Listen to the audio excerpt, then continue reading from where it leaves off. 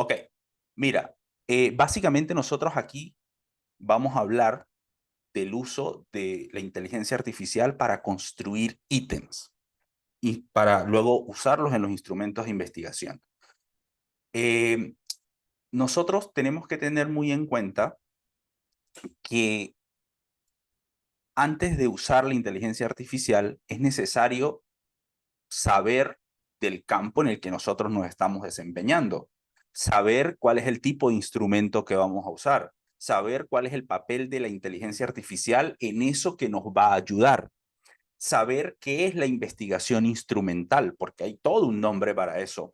Saber qué es lo que se mide en las ciencias sociales. Por ejemplo, cuando trabajamos con ítems. Recuerden que cuando hablamos de instrumentos, hablamos de ítem, ya rápidamente usted sabe que estamos hablando de escalas tipo Likert. Desde totalmente de acuerdo hasta totalmente en desacuerdo, de siempre, de nunca. Ese tipo de ítems, ese tipo de preguntas es el que nosotros vamos a ir trabajando el día de hoy, ¿ok? O sea que si usted está midiendo velocidad, no va a poder trabajar con ítem. Eso queda claro, ¿no? Si usted está midiendo el pH salival, usted no va a construir ítem para medir eso. La presión arterial tampoco va a construir ítem para medir eso. Ahora, si usted va a medir la satisfacción de los presentes en esta jornada de capacitación, pues probablemente va a tener que construir ítems, porque no le va a decir, abra la boca para ver cuánta satisfacción tiene usted de la actividad del día de hoy. ¿Listo? Entonces, eso es muy importante que lo tengamos en cuenta, saber qué es lo que vamos a medir.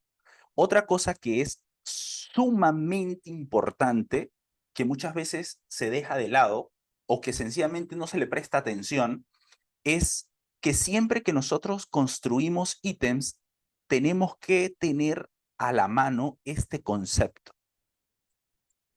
¿Por qué? Porque bajo este concepto, después usted va a evaluar la calidad de ese ítem. ¿Ok? Si usted no tiene en cuenta este concepto y se pone a construir ítems como loco, pues sencillamente va a perder el tiempo. Y se los voy a mostrar más adelante. Luego, nosotros tenemos que sí o sí mirar la relación del constructo. No se preocupen, ya vamos a ver qué es eso. Y usted seguramente lo ha manejado muchas veces, solo que de repente le ha llamado variable. Pero se van a dar cuenta que esto es extremadamente sencillo porque usted, la mayoría de los que está aquí, supongo que es profesor o investiga o es tesista o es asesor, en definitiva, pero estoy seguro que están familiarizados con esta idea. Y luego, algunas sugerencias, algunas estrategias que debemos tener en cuenta al momento de redactar ítems. Esto es muy importante. Es muy importante. ¿Por qué?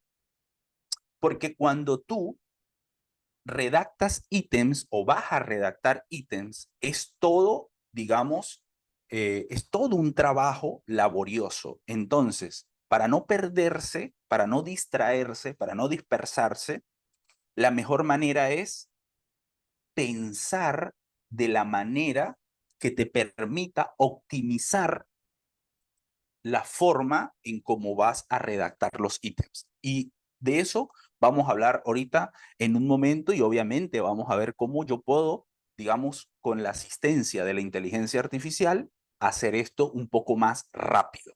¿Ok? Un poco más rápido. Esos son los elementos. ¿Cuál es la promesa de nuestras sesiones y de esta sesión en particular? Vas a conocer o te vamos a mostrar algunas buenas prácticas. De repente hay otras más, pero estas que están aquí, un poco la experiencia me ha permitido como tenerlas muy en cuenta por una razón, porque muchas personas no la tienen en su radar. Si usted no tiene algo en su radar, fácilmente se pierde. ¿Ok? Entonces, las buenas prácticas es como un GPS. Nos permite un poco hacer las cosas como la comunidad científica las está reportando.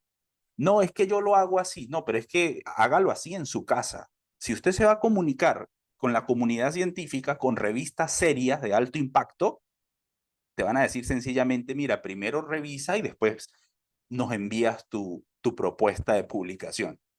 cómo formular ítems en formato Likert, lo que habíamos hablado. Y esto es muy importante. Esto es muy, muy importante, diferenciar el tipo de ítems, porque de eso va a depender mucho la metodología. ¿Ok? Ahora, instrumentos de investigación. Ojo con esto. Ojo con esto que aquí yo he tenido la experiencia de trabajar no solo en Venezuela, ¿no? En varios países latinoamericanos, hemos dado asesorías, hemos trabajado, conversado, y hay una debilidad, quizás una debilidad, un desconocimiento en torno a esto, ¿no? A veces uno le dice, mira, ¿qué características tiene tu instrumento de investigación? No, es una escala Likert, ajá, pero ¿qué mide eso? No, tal cosa. Y no queda claro qué es lo que está midiendo. O de repente creen que una escala Likert se usa para medir conocimiento. Entonces, esto es muy importante. ¿Y por qué es muy importante? Porque cuando usted hace un proceso de evidencia de validez, usted tiene que saber qué tipo de instrumento está usando. Ahora, básicamente en las ciencias sociales, en términos de instrumentos documentales, en términos de instrumentos de autorreporte, por ejemplo, ¿sí? Nosotros tenemos instrumentos que miden habilidades, que miden conocimientos, que miden capacidades. Eso es muy distinto a medir actitudes, personalidades y rasgos. Muy distinto. Ahora bien, ¿cómo se denominan? Esto está en la literatura, ¿ok? ¿Cómo se denominan a esos instrumentos que miden habilidad, conocimiento, capacidad? ¿Cómo se llaman? Instrumentos de rendimiento máximo, porque miden habilidad. Por ejemplo, las pruebas saber en Colombia, por ejemplo, lo que eran las pruebas de aptitud con P en Venezuela, o lo que son las pruebas PISA. Cada país tiene sus pruebas estandarizadas. Cuando tú de repente vas a ingresar a la universidad, casi en la mayoría de las universidades a nivel latinoamericano, hay una prueba interna. Ese tipo de pruebas, ese tipo de instrumentos está midiendo algo, está midiendo conocimiento, está midiendo qué sabes tú hacer con eso que se supone has aprendido. Y eso es una variable cognitiva. Ahora, ¿qué pasa cuando yo quiero medir, por ejemplo, otra cosa, percepciones, donde no hay respuestas correctas ni incorrectas? Ese tipo de instrumento muy conocido que se usa mucho, ¿ok? Se le llama rendimiento típico. Se les llama instrumentos que captura rasgos. Es decir, no hay variables cognitivas, no hay respuestas correctas, no hay respuestas incorrectas. Básicamente es una opinión, es una percepción, es un juicio de valor, es una subjetividad, digamos. ¿Ok? Entonces, miren las formas que son muy distintas de preguntar. Y usted dirá, Raúl, ¿por qué esto es importante? Esto es importante porque a nivel de evaluación de las propiedades de los instrumentos, hay dos grandes metodologías. Hay una metodología que se llama teoría de respuesta al ítem y se usa para evaluar este tipo de instrumentos. Así como cuando usted habla de validez, digamos, ese tipo de instrumentos se trabaja, se evalúa sus propiedades, sus características, su funcionamiento con teoría de respuesta al ítem. Y estos que están aquí, que es rendimiento típico, se suele trabajar con algo que se llama teoría clásica de los test. Cuando usted hace un coeficiente alfa, cuando usted hace un análisis factorial, usted está operando bajo la teoría clásica de los test. Yo no voy a detallar eso ahorita, eso lo vamos a detallar en otro espacio, pero téngalo muy presente. ¿Qué es lo que les quiero decir con esto? Que usted tiene que saber diferenciar en qué contexto está. Si usted no lo hace, sencillamente está haciendo las cosas mal. Y esto esto es una reflexión que les doy para que también se aplique cuando se usa la inteligencia artificial. La inteligencia artificial no sabe lo que usted está pensando ni lo que usted quiere. Usted tiene que saber traducirlo. Tiene que ser lo más claro posible, lo menos ambiguo. ¿Bien? Entonces, para usted poder hacer eso, tiene que tener un conocimiento base. Si usted no tiene ese conocimiento base, no hay santo al que le pueda rezar. ¿Ok? No hay santo al que le pueda rezar. Dicha esta diferencia, nosotros de aquí en adelante vamos a volcar todo lo que vamos a hablar y nos vamos a enfocar en este tipo de instrumentos, ¿vale? Aquí podemos una sesión otro día. Vamos a volcarnos un poco aquí. O sea, vamos a construir ítems para este tipo de instrumento. Raúl, ¿y se puede construir ítem para este tipo de instrumento? Sí, pero es mucho más difícil. No, o sea, no es fácil. No es fácil, no es fácil. Es mucho más difícil, requiere mucho más trabajo, requiere más calibración. ¿Listo? Lo dejo hasta ahí. Seguimos. Una de las formas, digamos, como más comunes que se tiene para trabajar estos instrumentos de rendimiento típico, ¿sí? Estos instrumentos de rendimiento típico, es la escala Likert. Probablemente muchos de ustedes han usado esto y no sé cuántos de ustedes han leído el artículo seminal o la publicación seminal de Likert, que es de 1932. Eso está disponible en Internet. Usted lo busca por Google y puede descargar el artículo. Sobre todo porque hay gente que usa instrumentos, que usa cosas, que usa teorías y nunca ha leído siquiera al autor original. Entonces lo que hace es leer a alguien que interpretó lo que interpretó otro que interpretó al que interpretó y siguen interpretando. Recomendación, recomendación.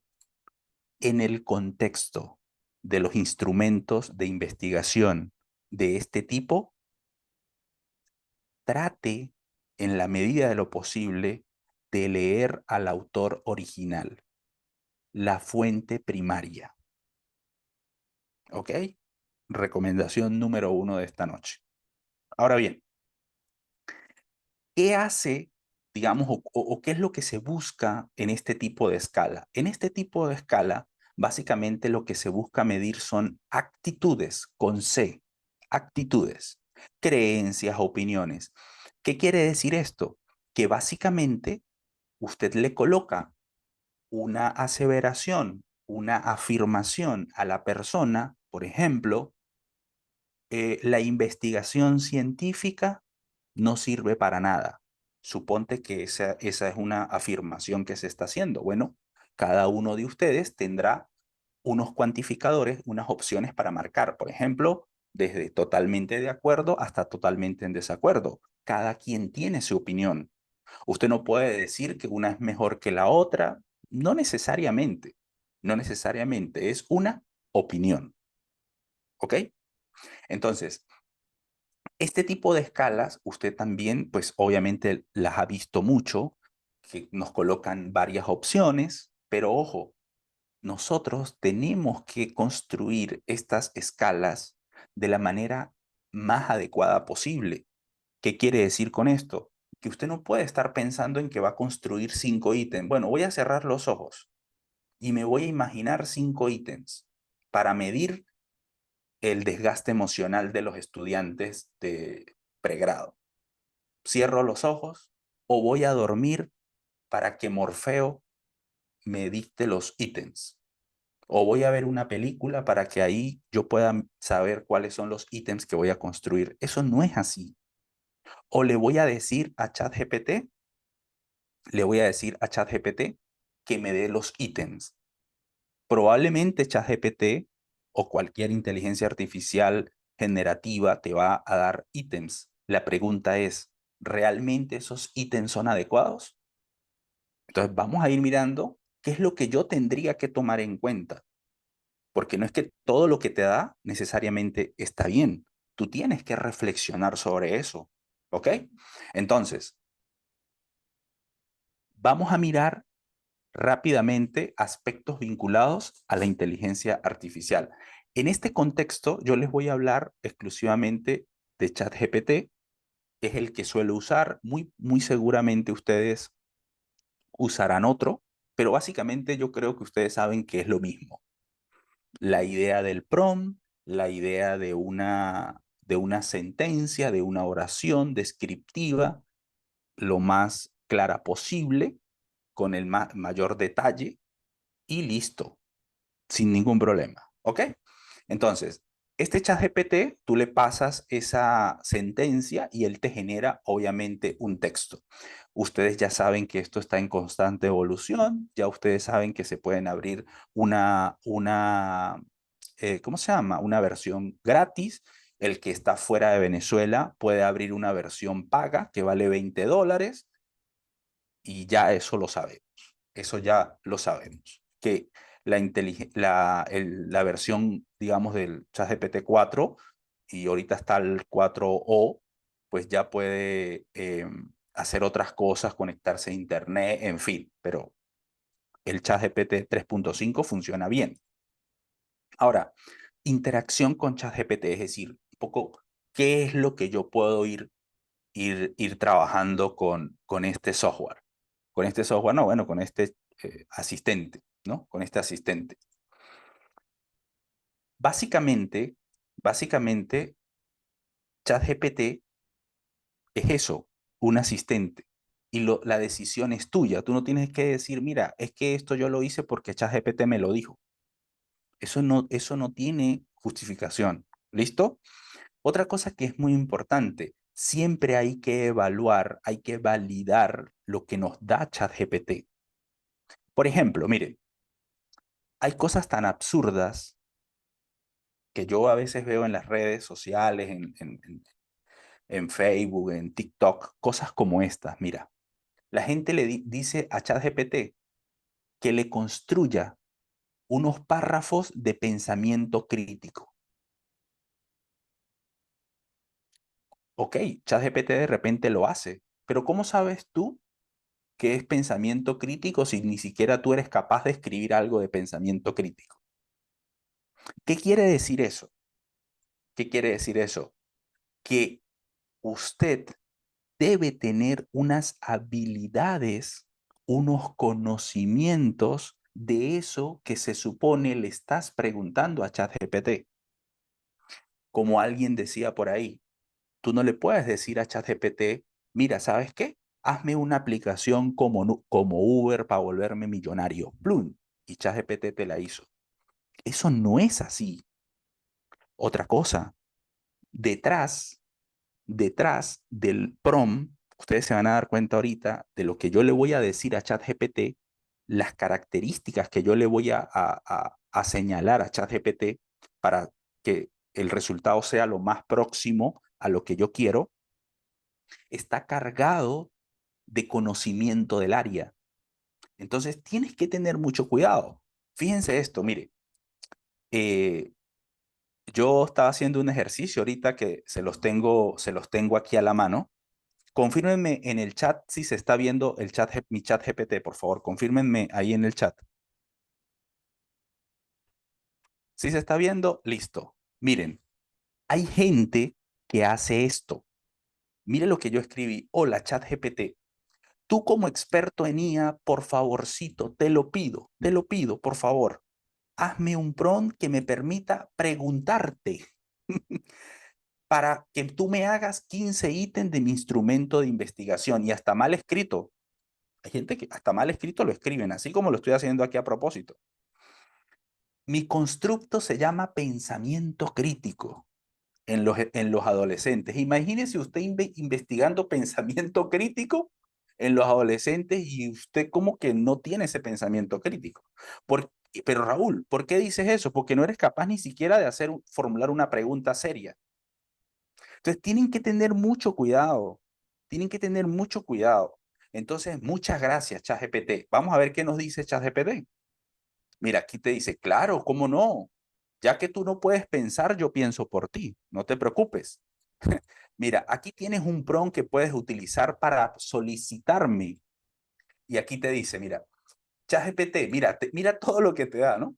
Mira todo lo que te da. Pero ahora la pregunta es aquí, fíjense. ¿Usted cree que alguien que no, digamos, que no tenga el mínimo conocimiento va a poder saber a qué se refiere sesgos y prejuicios en la construcción de ítems? Yo creo que no. Esto es razonamiento lógico. ¿Qué quiere decir esto? ¿Qué quiere decir esto? Que para usted usar la inteligencia artificial, usted debe tener un conocimiento previo. Debes tener un conocimiento previo. Ahora, no necesariamente tienes que ser experto. ¿Qué quiere decir esto? Usted puede iterar, ya les voy a mostrar algunos prompts que te pueden ir sirviendo para ir clarificando.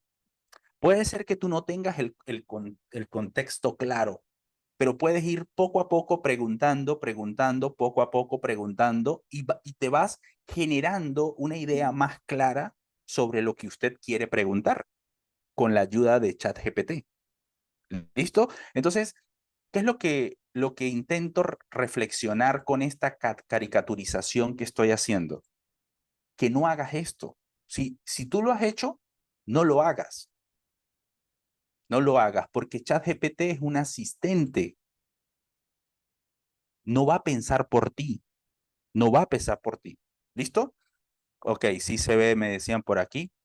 ¿Listo? Entonces, y sí, hay que usarlo. Hay que usarlo porque es una herramienta importante. Ahora, algunos prompts. Fíjense. Ciertamente por ahí había gente que decía, no, que hay que escribir así, que hay que escribir asado para que el prompt salga más bonito, para que ChatGPT lo entienda. No, mira, tú escribes hasta mal y ChatGPT te entiende. Eso también son cosas por ahí medio extrañas. Ahora, lo que sí está claro es esto. Esto sí está claro. ChatGPT o cualquiera de esas inteligencias artificiales, ¿verdad? Que se usan para buscar información, para que te haga resúmenes, todo eso. Cualquiera de esas inteligencias artificial te va a entregar buenas respuestas, pero tú tienes que hacerles buenas preguntas. Y las buenas preguntas parten de dónde? Del conocimiento que tú tengas en el área. ¿Por qué cualquiera no, por qué cualquier persona no ha podido hacer, por ejemplo, una aplicación como Uber que deja una rentabilidad brutal? ¿Por qué? Porque de repente no todo el mundo tiene esa capacidad de poder comunicarle en términos técnicos al software, en este caso a la inteligencia artificial, para que le haga algo como eso. O sencillamente no lo va a poder hacer, porque requiere de otras cosas, requiere de la creatividad, requiere del talento humano todavía. ¿Listo? Entonces, si usted quiere buenos resultados, pues haga buenas preguntas. Y si usted quiere hacer buenas preguntas en función de la construcción de sus ítems, pues tienes que leer. Tienes que leer. Si usted piensa que leyendo resúmenes o el abstract de los artículos es suficiente, no estamos en nada.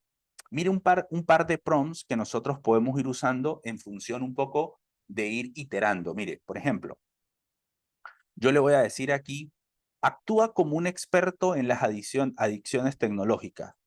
Puede sugerirme, ¿por qué? Porque yo voy a buscar un término, voy a buscar un constructo, un concepto que voy a medir que está vinculado a la nomofobia. ¿Listo? Y le puedo pasar este prompt a ChatGPT. Ojo, usted puede cambiar este para el suyo, cualquier otro, ¿no? Inteligencia emocional, le puede ser percepción sobre el ChatGPT en los medios académicos, desgaste emocional, salud mental, intención de compra, no sé, cualquiera de esas que tú estás trabajando. ¿Listo? Entonces, usted puede pasarle ese prompt y él te va dando algo. Mire, vamos a pasarle ese prompt. Vamos a pasarle ese prompt. A ver, ¿están viendo el chat GPT? Pónganme en el chat, por favor, si lo están viendo. ¿Sí? Listo, sí lo están viendo. Mire, vamos a colocar este primer prompt. Ahí está, mírelo. Ahí está. Actúa como un experto y mira, él te va dando, mira, te da descripciones incluso de estudios y te va dando una cantidad de detalles. Estos detalles son muy importantes. Deberías leerlo, deberías buscarlo. Mira, te va dando una serie de escalas y tú vas iterando. De repente, luego le pasas este otro prompt. Mira, actúa otra vez como un experto en las adicciones tecnológicas. ¿Cuáles ítems debería usar para medir la nomofobia? Mira cómo tú vas de alguna manera iterando para tratar un poco de depurar el, el digamos, la respuesta que quieres obtener, porque aquí el primero tenías mucho detalle. Entonces aquí ya tú puedes ir comenzando a mirar una serie de cosas. Mire, ¿qué te está diciendo él? Oye, sí, nomofobia es un concepto multidimensional. Tú puedes tal vez pensar en ítems que estén vinculados a esto, que estén vinculados a esto, que estén vinculados a esto, a esto, a esto. Des en cuenta cómo él te va dando mayor especificidad. Ahora, la pregunta aquí es, Raúl, ¿esto yo me lo puedo llevar ya así de frente sin depurarlo? No, tienes que meterle pensamiento crítico, tienes que ver si esto realmente se adapta a lo que tú estás trabajando. Claro, si tú estás perdido o perdida, pues obviamente es lo más fácil agarrar, copiar y pegar, pero entiende que no lo deberías hacer. No lo deberías hacer porque si tú vas para una revista seria, rápidamente se dan cuenta del error que estás cometiendo. ¿Ok? Entonces, esto es muy importante. Miren este otro PRON, miren este otro PRON que también puede funcionar. ¿Sí? Mire, este es el camino rápido, ¿no? Actúa como un experto. ¿Qué comportamientos permiten inferir nomofobia en los estudiantes? Mire, ahora, des en cuenta que yo aquí estoy usando una, digamos, un filtrado importantísimo que se llama comportamiento que permite inferir. Y usted dirá, ¿por qué Raúl no sencillamente le digo, redáctame 15 ítems que tenga que ver con nomofobia? Porque cuando tú dices comportamientos, que te permita inferir, básicamente tú estás hablando de esas características que se supone son propias de los estudiantes con esta condición, digamos. ¿Se dan cuenta? Entonces, esto nos permite, esto nos va a permitir tener, vuelvo otra vez, acotar, especificar mejor nuestra búsqueda, nuestros resultados. Es como entubar, ¿no? Como una especie de embudo, como una especie de embudo. Luego, eh, aquí yo le puedo hacer esta otra pregunta, fíjense bien, yo le puedo, bueno, está este otro prompt, ¿no? Yo les puedo hacer aquí este otro prompt. Mire, según investigaciones científicas, enumérame los ítems más comunes para medir nomofobia, después preséntamelo en formato, listo. Mira, aquí te va dando una serie de ítems y te da la fuente, te da la fuente. ¿Esto para qué sirve? ¿Esto para qué sirve? Esto sirve para nosotros tener un banco. Ojo con esto no puede ser la respuesta definitiva, no puede ser la respuesta definitiva. Básicamente esto es como una lluvia de ideas. Básicamente esto es como un banco de cosas. Entonces, ya usted sabe, mira, por ejemplo, yo puedo ver la nomofobia con estas características. También hay unos ítems que son muy comunes. Hay unos instrumentos que ya se han construido para medir. Voy a explorar el instrumento. Por ejemplo, ¿qué haría yo? ¿Qué haría yo? Ustedes se dieron cuenta que al inicio, cuando preguntábamos sobre nomofobia, él te dio una serie de referencias. Yo me iría a ver si esto es verdad y a buscar el artículo. Además que son bastante cercanos, 2015, 2017, ¿sí? Por ahí hay uno de 2018, 2010, no son tan alejados, porque eso tampoco es un concepto tan viejo como la autonomía, como la, ¿cómo se llama? La autonomía, no, la autoestima, ¿no? Este es un concepto mucho más nuevo. Entonces, no vas a conseguir por allá de los años 50. Entonces, también tienes que tener mucho en cuenta el contexto del concepto que estás trabajando. ¿Listo? Mira, aquí hay otra. Suponte que usted quiere es un concepto. Usted puede hacer esto. Miren, aquí viene otro.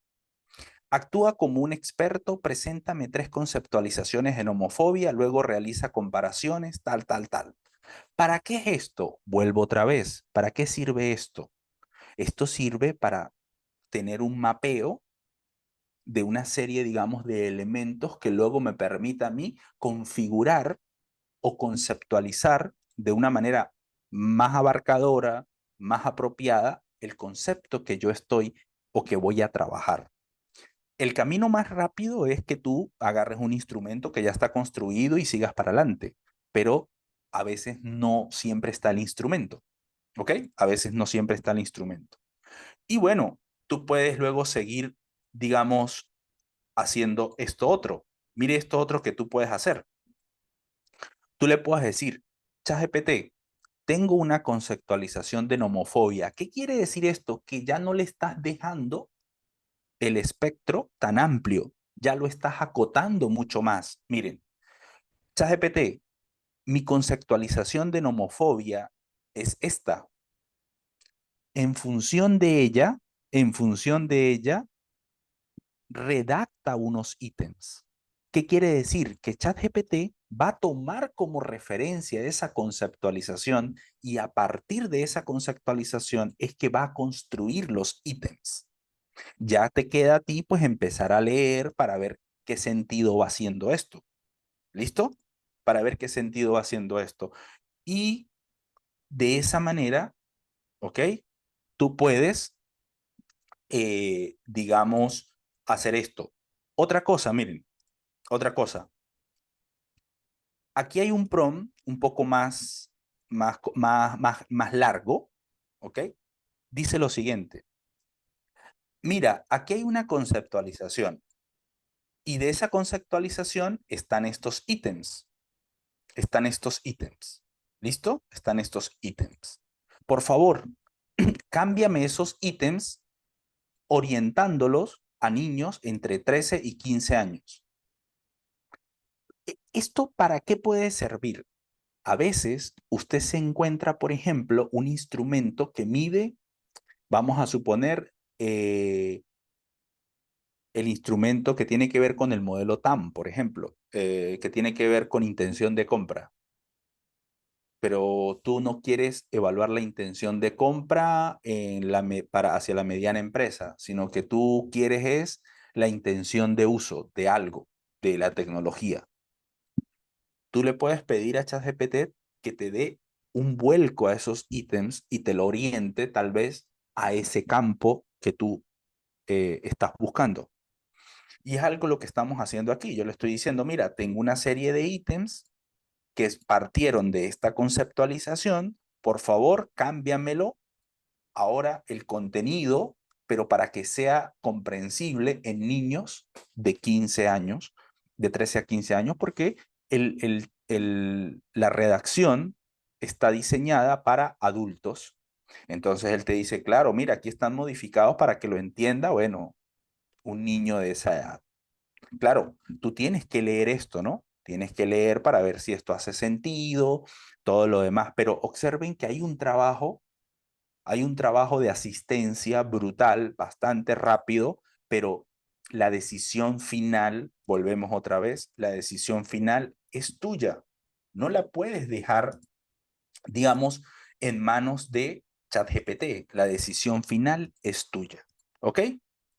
No se preocupen que estas diapositivas las vamos a compartir, ¿ok?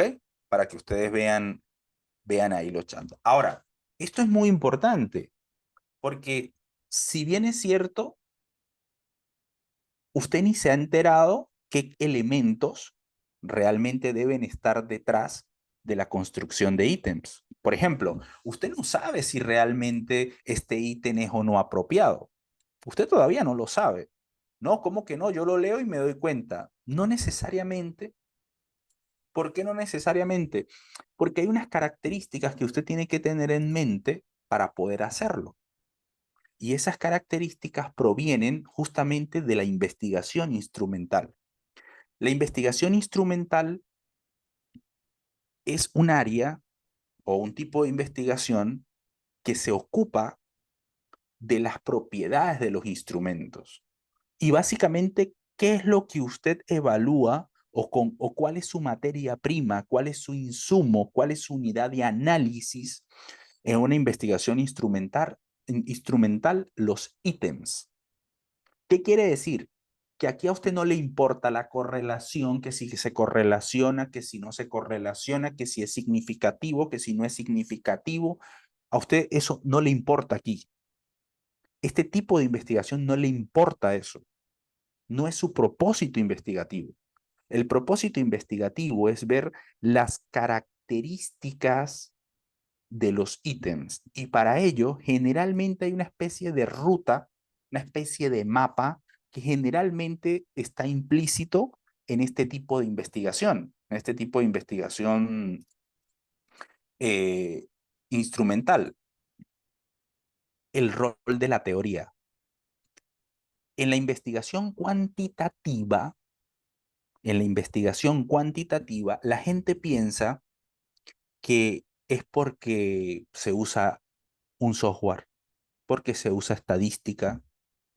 No necesariamente eso es cierto, en parte, pero no del todo.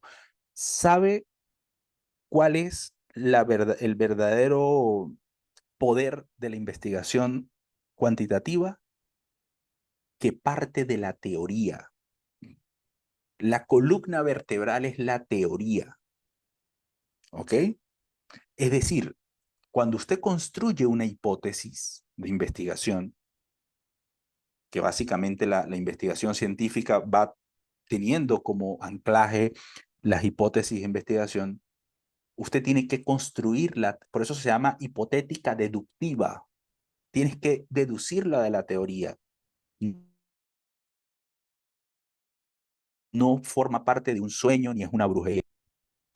Entonces, en la investigación cuantitativa, yo no sé de la cualitativa, no lo sé, ¿no? No voy a opinar sobre eso.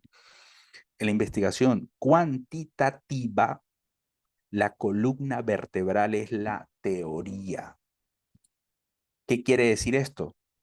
Que cómo sabes tú si uno de estos ítems es adecuado o no para eso que estás midiendo, pues se supone que hubo una conceptualización de esa variable. En las ciencias sociales, lo que usted no conceptualiza, no define, no aclara, no se puede medir. ¿Ok? Eso ténganlo muy, muy en cuenta. Entonces, la teoría es importante y para eso usted tiene que leer, leer, leer, leer y leer. ¿Ustedes saben qué es lo más difícil de la investigación? El hábito, el hábito de leer es lo más difícil. No es la estadística, no es el uso del software, no es plantear una hipótesis. Falso. El, lo más difícil es crear el hábito, porque muchos, y lamentablemente eso está creciendo más con estos tipos de inteligencia artificial, la pereza mental, hemos institucionalizado la pereza mental. No queremos pensar, queremos que nos hagan todo, ¿ok? Entonces, la teoría, la teoría es clave aquí. Si usted quiere tener buenos instrumentos, use la inteligencia artificial como un auxiliar, como un copiloto. No lo use como un fin en sí mismo. Ahora, luego que usted lee, usted tiene que redactar, tiene que tal vez adaptar ítems. Lo que yo le decía hace un momento, ChatGPT te puede dar un banco de ítems, pero tú puedes ir adaptando, vas leyendo, vas cambiando, o también usas instrumentos de otros autores, como les dije hace un momento. De repente ChatGPT te muestra una serie de instrumentos, usted lee los instrumentos y trata de hacer algunos ajustes. Cuando usted lee artículos, usted se da cuenta que los autores colocan, este instrumento fue de tal persona o es de tal persona, pero se le hicieron algunos ajustes. Eso no pasa nada. Luego, tienes que reportar evidencia de validez cualitativa. Y luego tienes que reportar evidencia de validez cuantitativa. Este es un poco el mapeo que se hace cuando se trabaja con instrumentos. Ya les voy a explicar un poco eso. ¿Cuál es nuestra unidad de análisis? Los ítems, no el instrumento. Usted no valida el instrumento, eso es falso. Ya se van a dar cuenta por qué. Su trabajo está en los ítems, en buscar su funcionamiento para un contexto particular. ¿Ok? Usted no valida ningún instrumento, eso es falso. Ahora, fíjense algo, lo que usted hace es mirar las propiedades de ese instrumento. Por ejemplo, nomofobia o un instrumento que está midiendo la calidad educativa. Listo, se supone que ese instrumento fue construido a partir de unas definiciones, todo lo demás, y yo puedo evaluar qué tan bien funciona ese instrumento. ¿Qué quiere decir esto? ¿Qué quiere decir esto? Que usted puede hacer una tesis, usted puede hacer un artículo donde se centra en evaluar las propiedades del instrumento.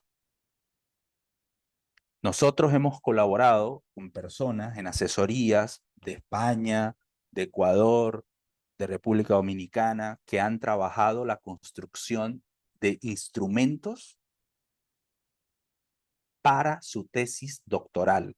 Su tesis doctoral ha sido construir un instrumento y reportar las evidencias de validez. Hacemos todo un despliegue metodológico, todo un despliegue de evidencia empírica. No que cuento de que el alfa de Cron no, eso no sirve. Eso no sirve.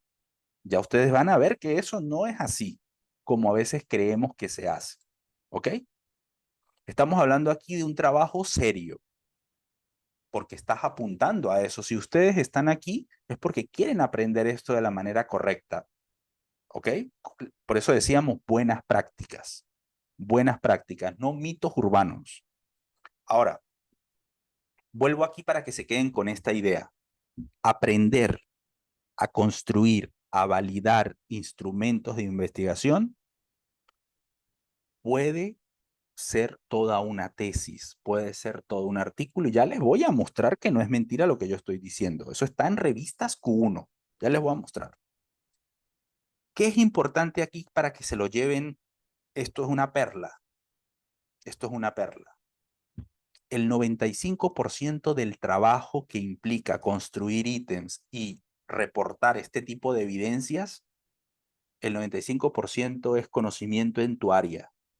Si tú eres psicólogo y estás trabajando la soledad en adolescentes, yo no sería capaz de hacer una prueba o un instrumento de esos. ¿Por qué? Porque yo no tengo las competencias, la formación para eso. Lo que yo sí pudiera hacer es el 5%, ayudarte a analizar esos datos. Pero yo no sería capaz porque no tengo las competencias, digamos, sustanciales. Entonces, queridos colegas, si usted domina su área, no la estadística, no la metodología, no.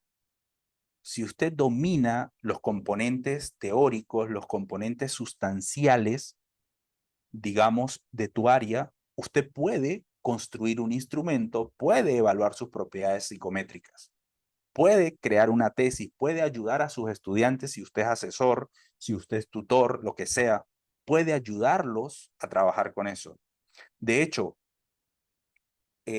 una de las formas que hemos trabajado con algunas personas que hacen sus publicaciones es la parte de los instrumentos, porque hay muchos instrumentos en las ciencias sociales que no tienen suficientes evidencias de validez. Y ese puede ser un vacío de conocimiento bajo el cual tú puedes trabajar.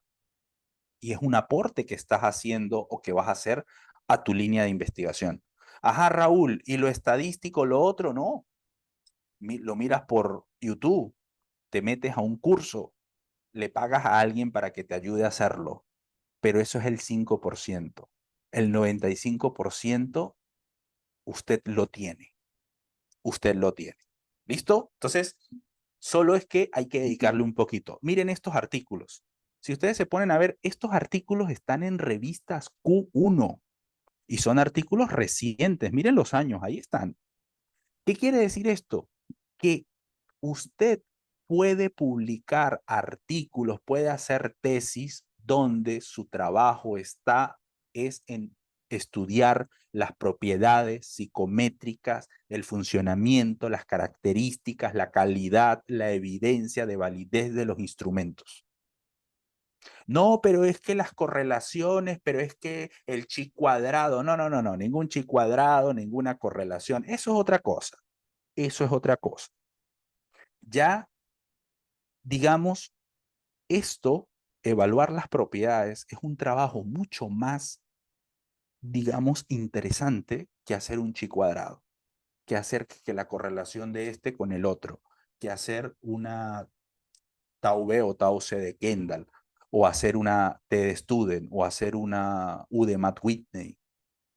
Esto es mucho más importante. ¿Saben por qué? Porque los instrumentos dan la materia prima. Muchos instrumentos de investigación, lamentablemente, en las ciencias sociales, recogen basura. ¿Qué significa basura? Algo que no sirve. ¿Y qué significa que usted use datos que no sirven? Pues que sus conclusiones no sirven. Sus conclusiones están comprometidas. Entonces, no me crean a mí, no me crean a mí. Revisen estos artículos, busquen investigaciones documentales, busquen evidencias de validez de los instrumentos para que se den cuenta, para que se den cuenta. Aquí hay otros artículos que obviamente usted en la presentación los va a poder ver con más detalles. Conclusión rápido aquí. Necesitas habilidad teórica, metodológica y estadística, pero ya usted sabe que el 95% de esa habilidad es teórica. ¿Por qué? Porque es propia de tu área. Y lo otro, Raúl, lo metodológico, lo aprendes en el camino. Lo aprendes en el camino. Y tal vez en una semana logras solucionarlo. Te lo aseguro.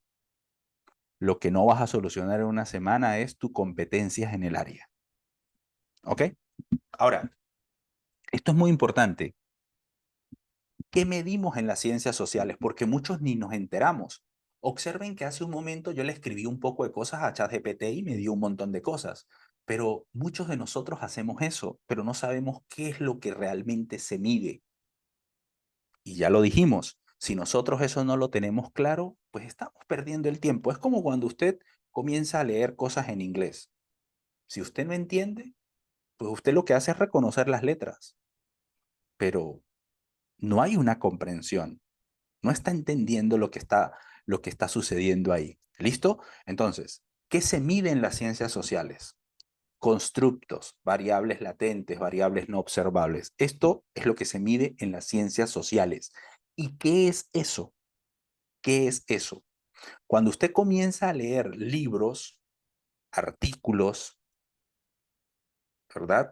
Que realmente son referencia, usted va a conseguir estas palabritas. Si usted no ha leído en todo lo que ha leído de instrumentos, de este tipo de cosas, alguna de estas palabras, muy probablemente no estás leyendo la literatura adecuada. Muy probablemente. Ahora, todas estas tres cosas son lo mismo. Constructo, variable latente, variable no observada. ¿Qué es un constructo? Un constructo básicamente es lo que habíamos dicho hace un momento, algo que no podemos mirar o medir directamente. Por ejemplo, ¿cómo sabe usted cuál es el compromiso académico de su hijo o de su hija? ¿Cómo sabe? ¿Abra la boca a ver cuánto compromiso tiene? No. Generalmente, ¿qué haces tú? Observas. miras cómo actúa, qué comportamientos, qué conductas tiene. A veces, obviamente, si usted quiere ir a ver al vecino de su casa, allá al vecino, pues probablemente no vas a poder. Entonces le pasas un instrumento y de repente a los amiguitos de tu hijo, no puedes ir a mirarlo allá a ver qué es lo que están haciendo. De repente le pasas un instrumento y le pones a una serie de aseveraciones y ellos responden en función de ir buscando el capturar el compromiso académico. Y eso es un constructo. No, igual, digamos, el compromiso de tu pareja, el compromiso de la pareja. ¿Cómo sabe usted si su pareja se compromete o no está comprometido? A partir de sus acciones, de su comportamiento. Pero usted puede observar a su pareja, a las otras tal vez no. Entonces a las otras lo que usted hace es pasarle una encuesta. Pero está tratando de medir algo que no se puede medir directamente. Por eso se le llama constructo. Y por eso es que es muy importante la conceptualización para poder saber a qué nos estamos refiriendo. Por ejemplo, si yo le digo a las personas que están presentes, para usted, ¿qué es la felicidad? Muy probablemente tenemos muchísimas concepciones. O sea que cada concepción pudiera ser un instrumento distinto, pudiera ser un instrumento distinto. Y ahorita ustedes se van a dar cuenta de la importancia de la conceptualización. Ustedes vieron hace rato que en ChatGPT yo le dije, a partir de esta conceptualización, constrúyeme los ítems. Y eso es algo clave, porque bajo ese marco, la conceptualización es una especie de contenedor, es una especie de, digamos, parámetro. Yo no me voy a salir de ahí porque salirme de ahí implica medir otra cosa. ¿Listo?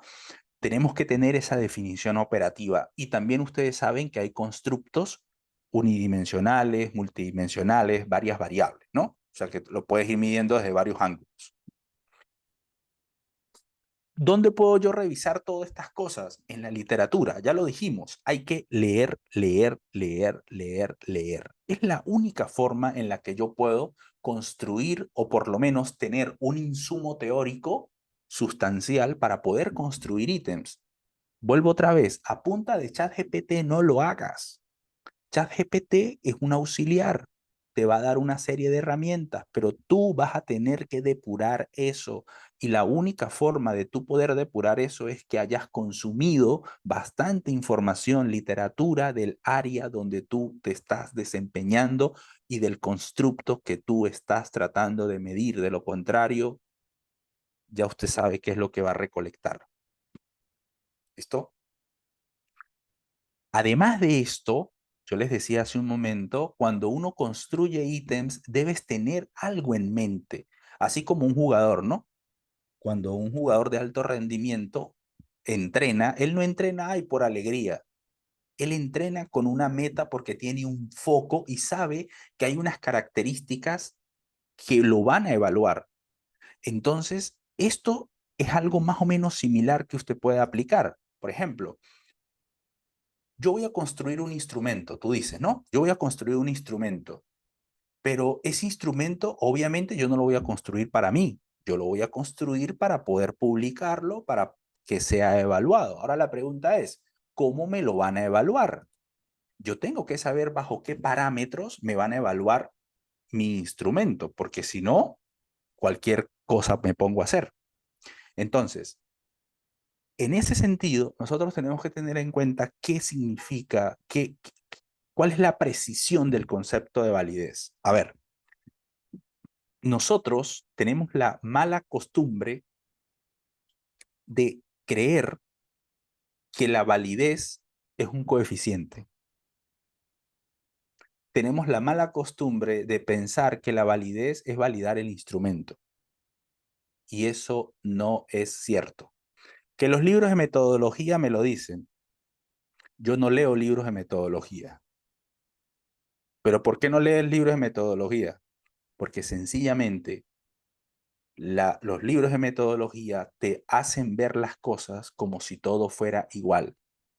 No es lo mismo investigar en psicología que investigar en marketing. No es lo mismo investigar en ciencias de la salud que investigar en ciencias de la educación. No es lo mismo investigar en ingeniería que investigar en física. No es lo mismo.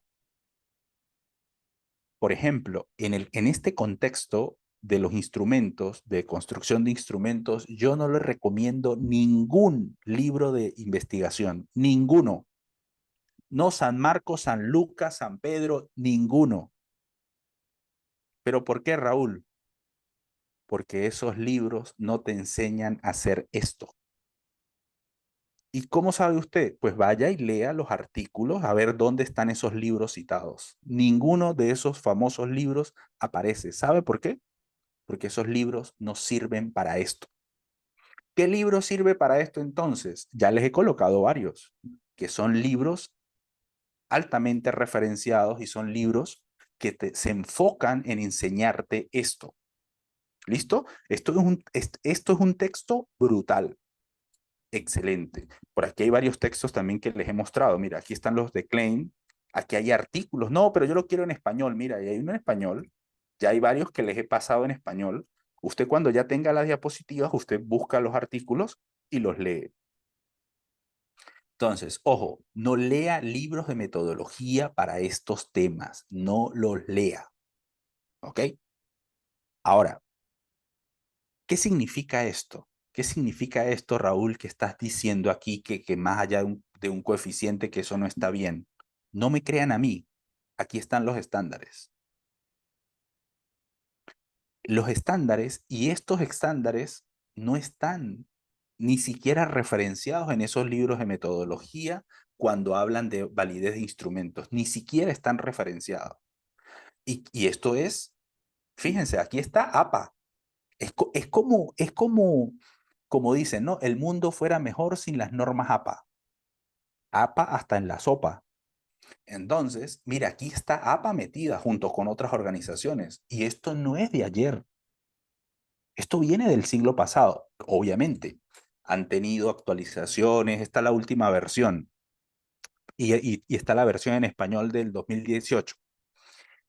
Lo que quiere decir con esto es que yo al ver que esto no está referenciado allá ni siquiera, para mí pierde credibilidad. Es un ejemplo, es como cuando usted, no sé si les ha pasado, alguien está hablando, por ejemplo, del agotamiento laboral, por ejemplo, ¿no? Está hablando en su tesis y por ningún lado referencian, por ejemplo, a Maslach. Tú no investigaste eso entonces. ¿Se lo ven? Entonces, si tú estás hablando de propiedades de los instrumentos, de construcción, de todo eso, y no me citas la FIFA al fútbol, ¿no? La FIFA da el reglamento al fútbol. Estos señores dan el reglamento a la construcción de instrumentos. ¿Se dan cuenta la analogía? Entonces, si tú no me estás citando a la fuente, digamos, como que da las directrices, o sea, no me estás diciendo nada. Ahora, ¿qué es importante aquí? O lo que yo les decía, ¿por qué es importante tener esta idea de validez? Porque desde estos estándares, mire los que nos van a... Ah, no puse esa, no puse esa diapositiva, no sé por qué. Desde estos estándares, ah, no, mira, aquí está. Yo pensé que no había puesto la referencia. Mira, del concepto de validez. El concepto de validez. Dice, el concepto de validez, cuando usted los lee en los libros de metodología, ¿qué dice? Que el instrumento mida lo que tiene que medir. Mire lo que significa en estos términos el concepto de validez. Es el grado en que la evidencia y la teoría de las interpretaciones o inferencias que se hacen de las puntuaciones para un propósito propuesto. ¿Qué te está diciendo aquí? Te está diciendo aquí que tú tienes que mirar las características de los ítems. Y para ello hay varios tipos de evidencia. En el contenido, evidencias basadas en los procesos de respuesta, estructura interna, evidencia basada en relación con otras variables y consecuencia. Claro, tú esto no lo haces todo de un solo golpe. Las dos que más van siendo referenciadas son las de basada en el contenido y basada en la estructura interna. ¿Qué significa eso de basada en el contenido? ¿Qué significa? Bueno, que obviamente es como un aspecto, digamos, cualitativo, donde actúa de repente el juicio de expertos, donde actúa un grupo focal, donde se supone que hay una retroalimentación sin necesidad de matematizar, hay una retroalimentación para que te ayuden a configurar mejor tus ítems, que se entiendan. Ya eso ahorita también lo van a ver en unos ejemplos de dos artículos muy buenos que les voy a mostrar. ¿Ok? Entonces, esta evidencia basada en el contenido no es únicamente el juicio de expertos. Hay muchas cosas orbitando alrededor. Por eso les decía que eso del juicio de experto y dame 5 y colócame del uno al tal y la BDA y que ni matematicé y entonces eso dio punto 7 y como es punto 7, como lo dijo San Lucas, entonces el instrumento es válido. Eso no es así. Eso es caricaturizar el proceso de construcción de un instrumento y un instrumento en una investigación es una cosa seria. ¿Ok? Es una cosa muy seria. Por tanto, usted tiene que tomarlo con seriedad. Ahí están los estándares. Usted estoy seguro que los va a buscar. Aquí también está este artículo muy potente, muy bueno, que te va a ayudar a tener una mejor visión y para que no me creas a mí. Y vas a entender mejor que el juicio de experto suma, ayuda, contribuye, pero no es el fin último. No es el fin último. ¿Ok? Y también hay una parte de la estructura interna. ¿Qué quiere decir esto? Mucha gente dice, no, yo voy a construir los 5, 10, 20, 30 ítems, entonces agarré a 30 y le metí el coeficiente alfa y entonces me dio punto 8. Oh, gracias, Señor, Dios mío. Listo, mi instrumento es confiable. Error. Eso es un procedimiento equivocado. No, es que los libros de metodología, ya usted sabe que los libros de metodología.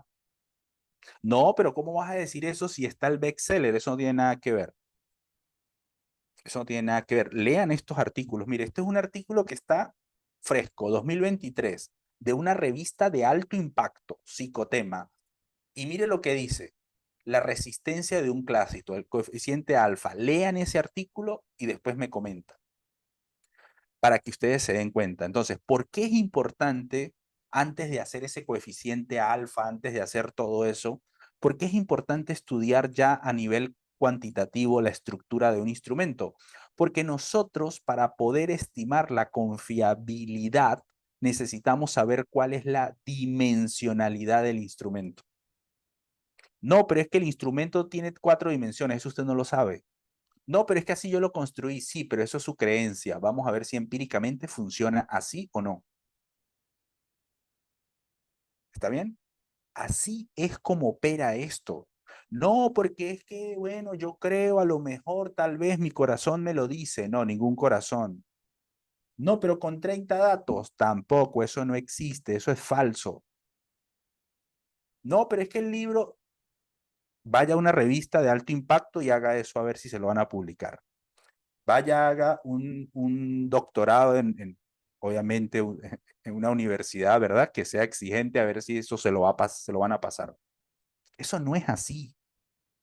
No me crean a mí, léanlo, léanlo. Por eso les coloco las referencias. Esto no son mitos. ¿Listo? El coeficiente alfa, el coeficiente alfa, yo les voy a hacer el siguiente ejemplo. Les voy a hacer la siguiente pregunta. Rápido. Díganme, díganme un supuesto que se debe cumplir para poder usar el coeficiente alfa. ¿Cuál es el supuesto básico? Alguien que lo escriba en el chat. ¿Cuál es el supuesto básico que debe cumplir su instrumento para poder usar el coeficiente alfa?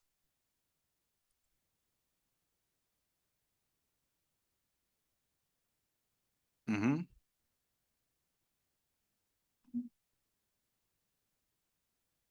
No, están poniendo un corazón ahí. Corazón no. No manden corazones. Díganme un, no sé, dice Maribel. Tal vez Maribel ha usado el coeficiente alfa. y lo ha reportado, o cualquiera otro de ustedes. Entonces, ¿se dan cuenta lo que yo les decía hace un momento? Muchas veces, sí, Simeón, al final te damos el pase, listo, ya casi vamos terminando. Entonces, ojo con esto, ojo con esto. Nosotros tenemos que saber qué características deben cumplir nuestros datos, nuestro instrumento para poder usar las cosas. Tú no puedes usar las cosas porque las usan así sencillamente. Entonces, ojo con esto. Vuelvo otra vez. No me crea a mí. Lee esto. Lo que yo les dije. Lo más difícil de hacer una investigación es crear el hábito de leer. Eso es lo más difícil. No es la estadística, no es hacer un marco teórico, no es hacer un planteamiento del problema. No, lo más difícil es crear el hábito de leer. ¿Saben por qué? Porque para usted escribir tiene que leer.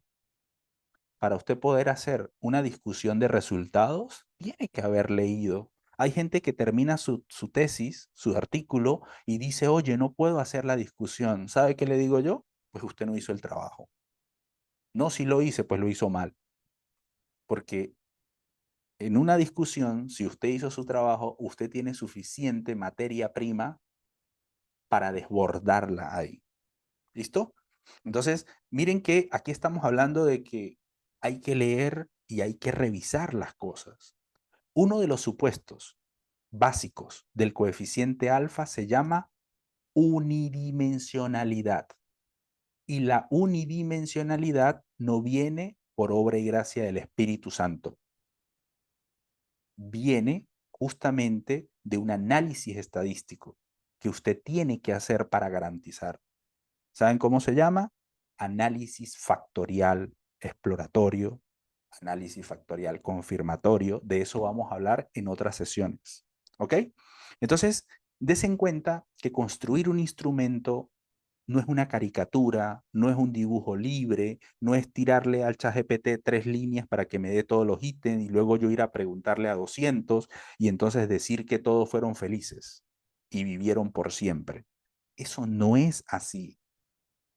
Por eso es que muchos de los instrumentos carecen de evidencia de validez.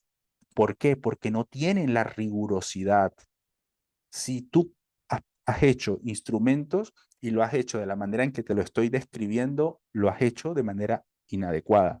Pero aquí te estamos dando valor, te estamos mostrando referencias. Usted puede ir, ojo con esto, aquí hay muchas cosas que yo no estoy logrando digamos, decir porque hay otras cosas. Se ve un canal de YouTube que estoy presentando, díganme. Coloquen en el chat si sí o no. Rapidito en el chat, por favor. Sí se está viendo. Mire, aquí en este canal que nosotros tenemos, aquí tenemos videos donde aprende a validar instrumentos. Tenemos una cantidad de videos. Tenemos una, voy a compartirle aquí en el chat. Suscríbanse y denle like a todo eso y compártanlo para que vean cómo se hace esto. Ahí nosotros lo explicamos, damos referencias, damos ejemplos. ¿Qué es lo que quiere decir con esto? ¿Qué es lo que quiere decir con esto? Que tenemos que nutrirnos de información valiosa, por ejemplo, en el campo de instrumentos y de todo, ¿no? De todo. Entonces, ojo con esto. Ojo con esto. La evidencia de validez requiere de pasos, implica hacer varias cosas. Sí, el coeficiente alfa es una de ellas, pero yo no puedo usar el coeficiente alfa alegremente. Tengo que probar algunas cosas y dentro de esas cosas es algo que ya dijimos que se llama unidimensionalidad y para eso hay la parte estadística. No, Raúl, pero yo no sé nada de estadística, no importa, hay videos explicativos donde lo muestran. Entonces, no nos entrampemos con esto. Ahora, relación entre el constructo y los ítems, que esto es muy importante, porque mire que estábamos hablando del contenido, que realmente estemos midiendo ese concepto. Mire, aquí hay un ejemplo bonito, esto es de una tesis doctoral que acompañé para España, Y en esta tesis doctoral, esta persona, ahorita en épocas de pandemia, cuando se usaban lo de Moodle y todo eso para las clases, esta persona trabajó la evaluación formadora en ambientes virtuales de aprendizaje. Y ella construyó un instrumento, desagregó sus dimensiones, sus conceptualizaciones, sus indicadores, porque era una tesis doctoral. Entonces, observen esto, mire, arriba la variable que estaba en el Olimpo, abstracta, la variable teórica, que es la evaluación formadora, pero ¿cómo es eso? ¿Cómo se come eso? ¿Cómo se traduce eso para un cristiano, para un mortal? ¿Cómo llevas eso abajo, a la tierra? Está arriba en el Olimpo. ¿Cómo lo llevas a la tierra para que un mortal lo entienda? Bueno, eso es un proceso de desagregación.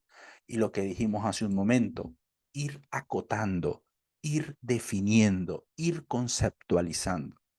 Porque esa es la única manera que tú vas a poder hacer mediciones lo menos sesgadas posible. No quiere decir que no van a haber sesgo, que no va a haber error en medición, sí lo va a haber, pero a medida que tú vas canalizando más, pues obviamente vas a tener un menor margen de dispersión, por decirlo de alguna manera. ¿Listo?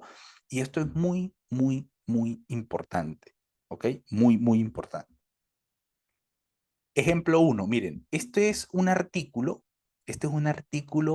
además que está en una revista Q1, miren, es una revista Q1 y es de inteligencia artificial, estamos hablando de inteligencia artificial, es 2024 es este artículo, 2024. No sé por qué, este es 2000, sí, yo sé que este es 2024, pero no sé por qué no aparece por aquí la fecha. Bueno, pero es 2024, o sea que usted lo puede buscar en internet, está disponible. ¿Y por qué les muestro yo esto? Porque estamos hablando de construcción de ítems. ¿Y por qué también le muestro esto? Porque esto es una muy buena guía, aunque no es una guía, pero es a nivel metodológico, es una muy buena guía de cómo uno construye instrumentos y de cómo uno construye ítems y de dónde se derivan los ítems. Esto es muy importante. Por ejemplo, están hablando del desarrollo y validación preliminar de ítems para medir la inteligencia artificial en no expertos. Y aquí te dice, mira, aquí hay una conceptualización. Aquí hay una conceptualización. ¿Qué quiere decir esto? Que ellos se están enfocando en el conocimiento y la comprensión para medir esto. O sea que otras cosas no están midiendo, solo están midiendo esas dos cosas. Ahora, si usted se pone a ver, si usted se pone a ver, mira lo que dicen. La mayoría no es que no existan escalas que midan esto, sino que la mayoría se enfoca en el componente afectivo. Nosotros hemos detectado una brecha en la cual vemos que la comprensión y el conocimiento sobre la IA no se evalúa cuando se investiga sobre este tipo de cosas. Por tanto, ahí queremos hacer nosotros nuestro aporte. Ahí queremos hacer nuestro aporte. Entonces, miren cómo este artículo te va mostrando las razones y te va indicando de manera detallada cómo ellos están conceptualizando. Y bueno, luego te van diciendo otras cositas. Y aquí esto es muy importante. Miren, ellos construyeron o partieron de su construcción de ítem desde varias fuentes que de alguna manera son asociadas o están referenciadas a ese mundo. Entonces, ¿qué quiere decir? Que los ítems no se construyen de la nada, lo que yo les estaba diciendo. O sea, no es que usted cierra los ojos y comienza a pedirle a los santos para que lo iluminen. No, eso no funciona así. Eso no funciona así. Tú tienes que revisar, tienes que dedicarle tiempo. Entonces, este es un muy buen artículo y aquí te muestran cuál fue el proceso que llevaron a cabo para depurar la calidad de los ítems. ¿Listo? Ese es un muy buen ejemplo, muy buen ejemplo. Descarguen el artículo, léanlo. Muy, muy interesante. Muy bueno. Este es otro artículo que me parece también muy bueno y se los estoy colocando aquí por una razón. porque hace algo distinto al artículo anterior, y es que en este caso, mire, está usando un grupo focal para construir los ítems. Si ustedes observan, el artículo anterior se basó en referencias, digamos, en otras cosas donde se supone están asociadas a este tipo de situaciones. En cambio aquí, construyeron a partir como especies de entrevistas, por decirlo de alguna manera, como especies de entrevistas de personas con características que se estaban evaluando y construyen esta tabla. Y a partir de esta tabla sacan como digamos, como los grandes indicadores para poder empezar a conceptualizar y poder construir ítems. ¿Qué quiere decir esto? Que usted puede decir, mira Raúl, pero es que en la literatura no hay nada, nada, nada, nada, nada. No importa, usted puede hacer un grupo focal, puede hacer especies de entrevistas y a partir de ahí extraer, no sé, creo que le llaman unidades de análisis, algo así, eh, eh, cosas mucho más amplias que van a permitir más o menos, digamos, volcar unas ideas centrales para ir explorando como una especie de conceptos y luego construir unos ítems que permitan aproximarse a esa medición. Entonces, por ejemplo, es lo que les digo, revisen este artículo también, altamente potente, muy, muy, muy bueno. Y te va dando algunas cositas. Pero de repente, claro, usted puede, uy, Raúl, pero hay como mucha matemática, mucho, y que análisis factorial, que esto, que lo otro. Entonces, no lea eso, pero sí revise cómo construyeron los ítems, cómo llegaron a, digamos, la redacción de los ítems, porque eso sí es más importante. Ya lo otro lo puedes ver luego. Aquí lo importante es cómo construyeron los ítems, cómo conceptualizaron, qué estrategias usaron. ¿Listo? Ahora, recomendaciones para formular ítems. Mire todo lo que hemos visto a nivel conceptual que tú lo tienes que tener presente. La recomendación en términos, ¿cuál es? Identificar la población objetivo. Esto es clave. Hay gente que agarra instrumentos que han sido usados en adolescentes y se los llevan para adultos. Eso no es lo mismo. No, pero es que está midiendo igual. Está midiendo la satisfacción amorosa. No interesa. La satisfacción amorosa en adolescentes no es la misma que en adultos, ni la misma que en adultos mayor, porque la percepción es distinta. Las necesidades son distintas. La manera de ver la vida es distinta. Entonces tienes que precisar la población. ¿Por qué? Porque la forma en cómo preguntas no es la misma. Tienes que tener claro si el enfoque es específico o es general. Esto también es importante. ¿Por qué? Porque hay gente que hace ítems todos mezclados. Por ejemplo, tú estás hablando de, digamos, de percepción, digamos, de algo que tenga que ver con, no sé, autoconfianza académica, algo así. Y entonces estás midiendo autoconfianza académica y haces ítems de situaciones generales, ítems de situaciones específicas y mezclas todo eso. Eso está mal. Si usted está hablando de, de, de, de este tema, usted tiene que asegurarse de que todos los ítems están preguntando de forma general. No está hablando de una materia o un área específica. Entonces tú comienzas, bueno, considero que soy bueno en el estudio y después considero que soy bueno en matemáticas. Después considero tal cosa. Entonces pregunta ítems generales, ítems específicos y después quieres mezclar todo eso. Eso está mal. Claro, a no ser que usted haga un bloque pensando solo para específico, otro bloque solo para general. No sé qué sentido tendría eso, pero supongamos que así lo quieres planear. Perfecto. Pero si no lo tienes en mente, trata de tener mucho cuidado, porque eso daña, deteriora tus mediciones. La conceptualización es la hoja de ruta, ya lo dijimos, sin conceptualización no haces nada, pierdes el tiempo, vas a obtener basura. La mayoría de los constructos son de multidimensionales. Eso también es un concepto muy asociado a la construcción de instrumentos, que es la multidimensionalidad. Por ejemplo, la actitud. Cuando usted investiga sobre la actitud, cuando usted quiere medir la actitud, usted tiene que medir lo conceptual, perdón, tiene que medir lo cognitivo, lo cognitivo, lo afectivo y lo conductual. Esas son las tres componentes, las tres dimensiones. Por tanto, este constructo es multidimensional. No, Raúl, pero el mío que es, no sé, la bondad es unidimensional. Ah, bueno, puede ser que sí, no lo sé. Habría que explorar el constructo. Habría que leer la conceptualización que estás usando. ¿Ok?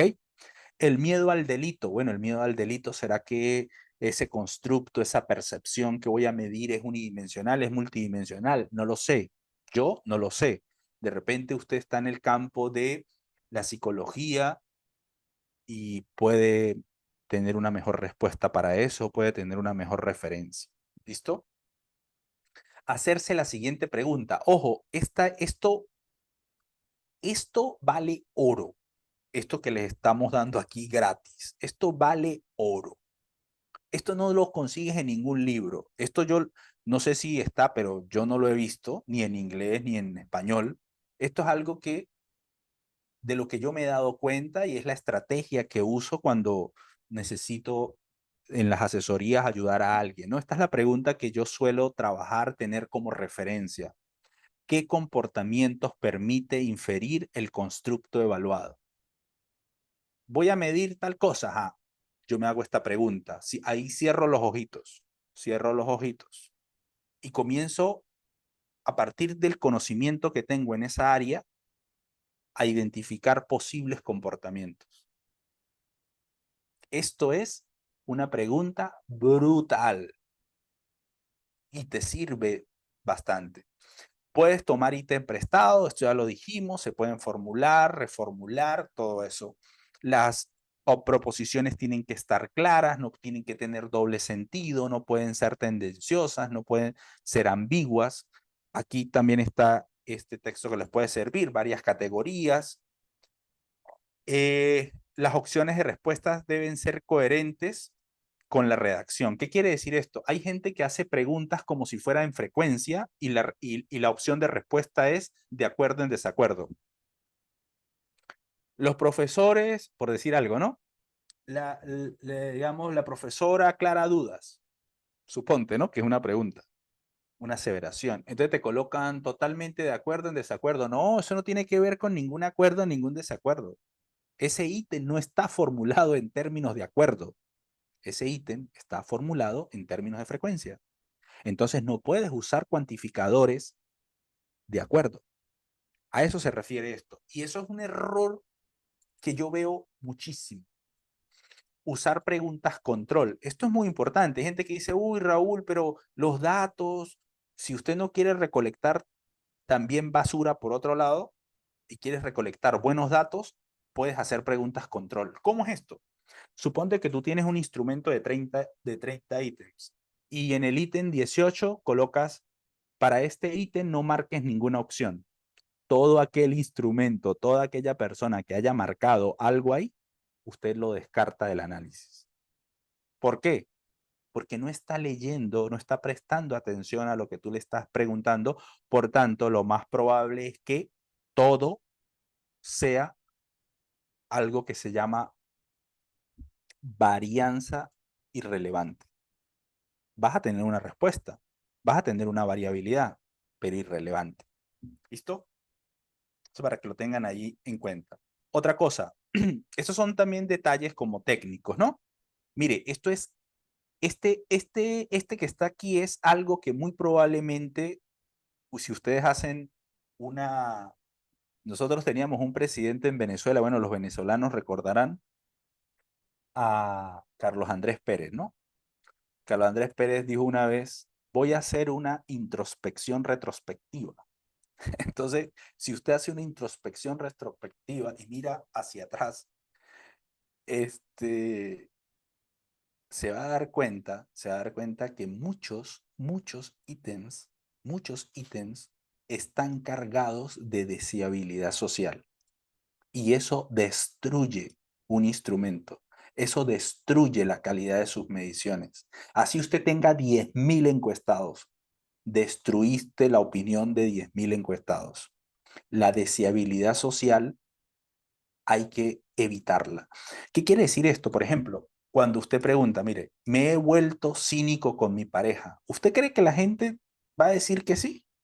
La gente tiene una respuesta políticamente correcta, va a decir que no. Si usted coloca un ítem donde el ítem dice en momentos, o cuando me siento triste, me gustaría meterme una línea de cocaína. ¿Usted cree que la gente, así sea cocainómano, usted cree que va a decir que está de acuerdo? Va a decir que no. El que le gusta la marihuana, ¿usted cree que va a decir que sí, que le gusta la marihuana? Va a decir que no, aun cuando sea un consumidor consumado. ¿Listo? Entonces, igual, un docente, cuando usted le dice las tecnologías son adecuadas para el aprendizaje, ¿qué va a decir el docente? Que sí, y más si lo están evaluando. Las tecnologías hay que incorporarlas como recursos didácticos, que no sé qué, ¿Qué dice? Sí, pero eso, él dice que sí, no necesariamente significa que él lo use. Lo que significa es que hay una deseabilidad social. Y eso hay que buscar la manera de redactar el ítem para lograrlo. Y justamente era lo que yo les decía hace un momento. Una vez que tú aprendes cosas, vas a poder construir un mejor prompt, vas a poder preguntarle mejor cosas a ChatGPT. Recuerden lo que dijimos hace un momento, ChatGPT te va a entregar tiene la capacidad de entregarte buenas respuestas, pero tienes que hacerle buenas preguntas. Y para tú hacer buenas preguntas, tú tienes que tener un conocimiento. Y conocer esto que hemos venido hablando el día de hoy te va a ayudar a tener, o bueno, a construir una mejor interacción con ChatGPT o con cualquier software. Miren, aquí hay algunos ítems, ¿sí? Ya un poco después de mirar todo, mira, que hay unos ítems, unos ítems, no, unos prompts, ¿no? Por ejemplo, actúa como un investigador experto. ¿Qué rasgos latentes? Mira, yo estoy usando expresiones. ¿Qué rasgos latentes tienen los estudiantes con nomofobia? ¿Listo? Ya estás haciendo preguntas mucho más específicas y estás haciendo la pregunta clave, ¿qué comportamientos, qué características? Es como cuando usted quiere ver si una persona gusta de usted. ¿Qué hace? Usted comienza a mirar comportamientos, las pequeñas cosas. Igual aquí, des en cuenta que esa es una pregunta clave. Allá usted no la hizo anteriormente. ¿Por qué? Porque usted tiró ahí flecha a ver qué caía. Aquí usted va depurando porque ya tiene una especie de conocimiento. Y aquí, bueno, vas escribiendo otras cosas. Aquí igual, ¿no? Estos pronos usted los puede ir probando. Ahora, miren esto. Miren esta pequeña modificación. Tenemos esta conceptualización de nomofobia, porque ya usted construyó una conceptualización. Usted primero tiene que construir la conceptualización y después construir los ítems, ¿no? Y no al revés. Hay gente que hace el trabajo al revés y que construye los ítems primero y después es la conceptualización. Obviamente que usted no construye primero el techo y después va a ver cómo construye las paredes. Eso es, eso es. Ya usted sabe lo que es, ¿no? Entonces, usted primero construye la conceptualización porque la conceptualización es el contenedor, es el que le va a permitir el foco. Entonces, luego tú dices, redacta 5 ítems que refleje las acciones específicas de esta conceptualización, sin sugerir una respuesta socialmente deseable o sesgada. Mire que estamos ingresando palabras, aspectos claves que nos va a ayudar a tener un ítem mucho mejor elaborado. ¿Ustedes sabían esto de socialmente deseable? Probablemente algunos sí, o probablemente algunos no. Pero entonces mire cómo vas acondicionando mejor el ítem para tener una mejor claridad. Mira aquí, redacta 5 ítems de manera neutral y situacional que reflejen acciones específicas de esto. Recuerde que aquí usted puede ir iterando, ¿no? Él se acuerda de lo anterior. Usted puede ir iterando. Luego aquí, Redacta ítems de nomofobia en los que no se evidencie una respuesta correcta desde el punto de vista socialmente deseable y para tener una mejor imagen o más honesta de los estudiantes. ¿Se dan cuenta? O sea, como que no me preguntes directamente, mira, ¿tú consumes marihuana? No me hagas esa pregunta porque obviamente la respuesta es, eso se llama un ítem tendencioso. La respuesta ya está. Eso se llama aquiescencia. Ya la respuesta está. Mejor constrúyeme una oración que tal vez me permita, ¿verdad? Decir algo sin tener que decirlo directamente. ¿Bien? Redacta 5 ítems de manera que, que sean menos directos y que se pueda reflejar las prácticas reales del uso del celular. Des en cuenta cómo vamos variando estas cosas. Pero ojo, con el conocimiento asociado a la construcción de ítems. Conclusión de este punto. Conclusión, ¿cuál es? No